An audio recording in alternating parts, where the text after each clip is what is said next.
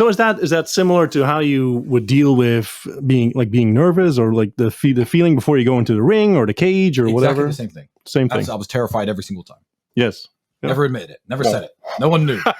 Nobody knew. I'm fine. I was nervous because how was that going to help me? How was saying it going to help me? Yes. And you'll find that outbursts of emotion and lack of discipline and lack of self-control and giving into your feelings almost never in any situation I can even think of right now off the top of my head is that ever going to be beneficial to you in any way. Yeah. So, being a man and being stoic isn't about having no feelings. I'm not a guy who never gets angry, who never gets sad, but I'm a guy who you'll never know is angry and who you'll never know is sad, which I think is very important and very difficult, but it comes with practice. So, all right. So obviously when you start out, like you're a human being, you have emotions, all of that good stuff. You must have trained this out of yourself. Like did someone make you aware of the fact that speaking it makes it real, or how did that go for you? I don't know if that's a concept me and Andrew came up with, but it's a saying that we came up with at a very young age, where we realize that talking about your problems, especially to your friends and family, if it's something trivial. Of course, if it's a big problem, you discuss it with your friends and you come up with a solution. But let's say my shoulder hurts, for example. Now, I've had chronic shoulder pain for many years. Yeah. Let's say my shoulder hurts. If I sat here with Andrew and said, "Oh, Andrew, my shoulder hurts," he'd reply, he'd say, "What do you want? Therapy?" as in, am I going to talk about my shoulder hurting to you for how long? How many minutes? Okay, it's been 2 minutes now. Keep telling me how your shoulder hurts. Want to do this for an hour? 2 hours? How's your shoulder feeling? The same? What the fuck are you talking about it for?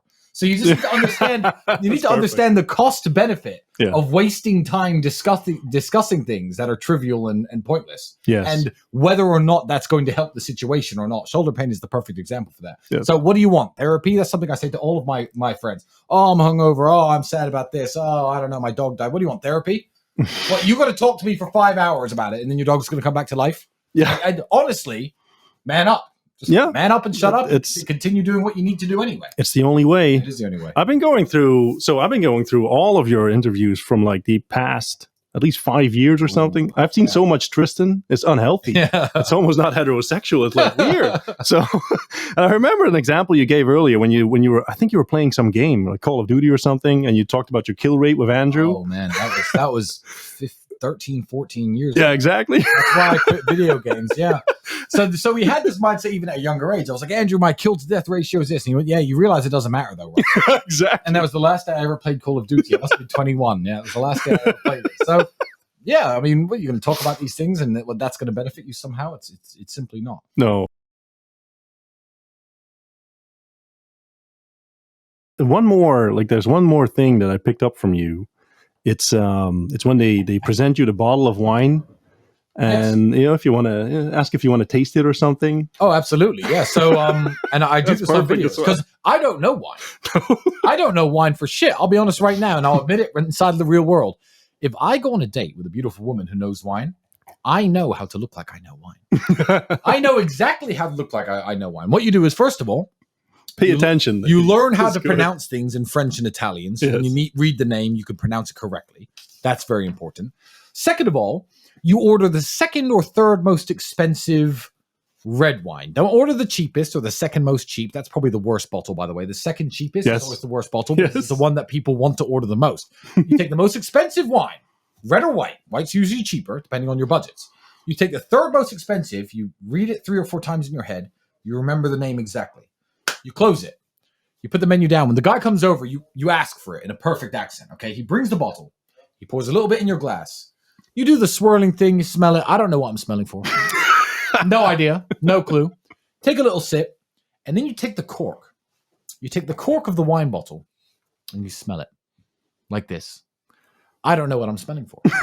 I know that I'm supposed to be able to tell if the bottle of wine has been compromised in its seal, but I'm not telling you I could tell that or I can't tell that. What I'm telling you is when I'm with wine people in a wine circle and I do that, they assume I know just as much of them as they do. It's like, again, like knowing one sentence of a language. You're doing all the right moves, is, right? I won't say his name. In fact, I'll say his first name. There's a gentleman inside the war room who's a very dear friend of mine who I care about deeply named Kevin. I met him 3 years ago. Yeah. great guy, the cork. Yes. He taught me that.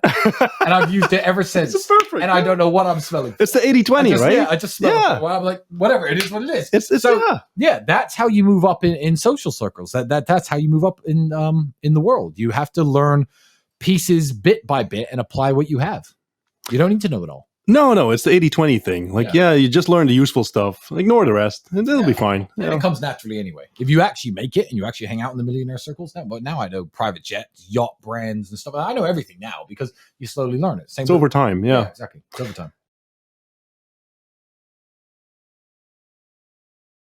You know, there was a scene. I'm going to tell a story now. There was a scene from The Joker, which is a movie which was okay, 8, 9 out of 10, a pretty decent movie. But Joker captured one thing that I know, and maybe only half of you will know, but real desperation. Yes. Real desperation was captured in that movie in a way that only people who felt it can feel. And I remember there's a scene, he got fired, he was carrying the gun to the children's hospital, and he goes he punches this clock off the wall, and he goes behind the scenes of this alley and he's kicking this dumpster pointlessly. Kicking a dumpster is completely pointless. Yeah. And it reminds me of a story which I'll actually share with the real world right here. Desperation. I couldn't really pay my rent. I was living in a 1-bedroom apartment. I had this bed, and with every bed, double bed, there was these wooden slats that support the mattress. It was a very cheaply made bed, maybe IKEA. I don't know where I bought it from. Many years ago. It was many years old, and the wooden slats had broken over time. And what I kept doing was I kept redistributing the wooden slats to balance the mattress. Yes, I know what you mean. Yeah, and I lived in a very small room. I went through this as well. Yeah, exactly. So I was laying in bed one day, woke up in the middle of the night, I had kickboxing fights to train for, no money in the bank, and the wooden slats broke. I was pissed off, woke up half asleep, and I redistributed the wooden slats in this was the last ditch attempt. And I carefully sat and laid down on my bed. Crack, crack, crack. Hit the floor. So I think, fuck this, I'm tired. I try to drag my mattress onto the floor. I see it won't even fit in the room.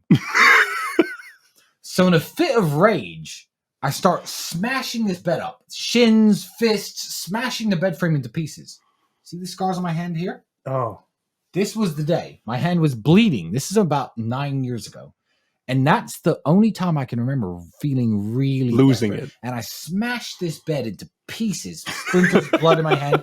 My brother came in the room. Are you okay? I was like, yeah, it's good. He thought someone broke into the house. I pushed this pile of wood into the corner, put my mattress on the floor, and fell asleep. Woke up the next day for work, looking at my swollen, bleeding hand, just thinking, this is shit. But you know what?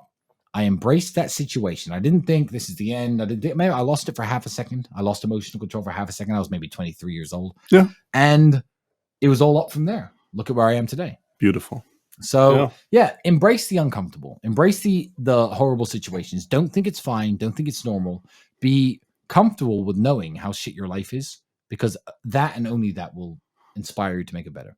True.